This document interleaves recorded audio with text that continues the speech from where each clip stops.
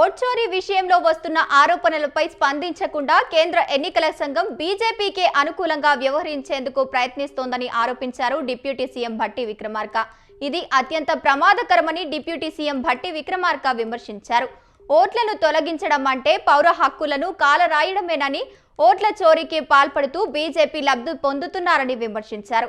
ఇవాళ Janasena party MLA Konathala Ramakrishna కుమార్తె నిశ్చితార్థ వేడుకలకు హాజరయ్యేందుకు భట్టి విక్రమార్క ఏపీలోని విశాఖకు చేరుకున్నారు.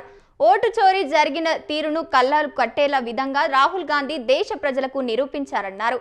బీహార్లో రాహుల్ గాంధీ తలపెట్టిన ఓట్ అధికార్ యాత్రను రాజకీయ పక్షాలు, ప్రజలు, ప్రజాస్వామికవాదుల నుంచి సంపూర్ణ మద్దతు లభిస్తోందన్నారు.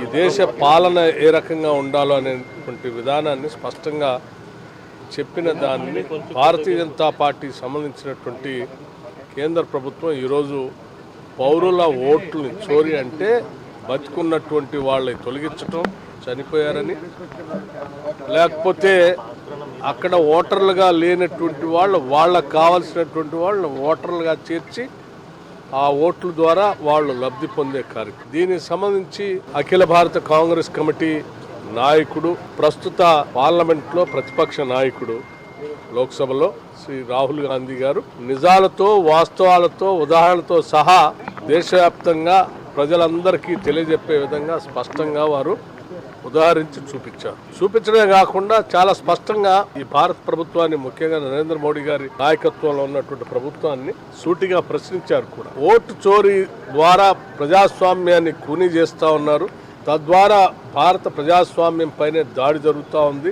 తద్వారా భారత రాజ్యాంగాన్ని కూడా తూట్లు పడవాలన్నటువంటి ఒక కుట్ర దీంట్లో దాగి ఉన్నది. కాబట్టి ఓటర్లకు సంబంధించిన సమగ్రమైనటువంటి సమాచారాన్ని కేవలం హార్డ్ కాపీయే కాకుండా సాఫ్ట్ కాపీ కూడా అందుబాటులో ఉండాలని చెప్పి వారు డిమాండ్ చేస్తున్నటువంటి విషయం కూడా తెలుసు.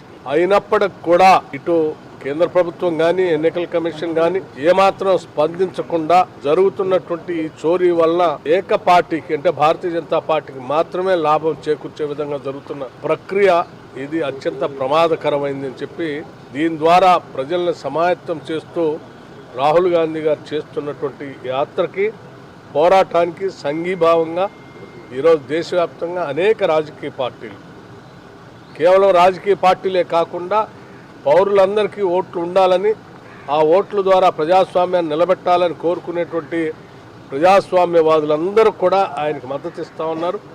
అందులో భాగంగా ఈరోజు ఈ విశాఖపట్నంలో మన సిడబ్ల్యూసి మెంబర్ గిడుగు రుద్రరాజు గారి నాయకత్వంలో ఈ కార్యక్రమం చేపట్టడం జరిగింది. దాంట్లో ఇక్కడ పాల్గొన్నటువంటి సందర్భంగా ఈ ప్రాంతంలో ఉన్న ప్రజలే కాదు, రాష్ట్రంలో ఇరు రాష్ట్రాల్లో ఉన్నటువంటి తెలుగు ప్రజలందరూ కూడా నేను విజ్ఞప్తి చేస్తా ఉన్నాను. ఈ ఓటు చోరీ పైన మనం అందరం యుద్ధం చేద్దాం, మన ఓట్లు మనం కాపాడాలి.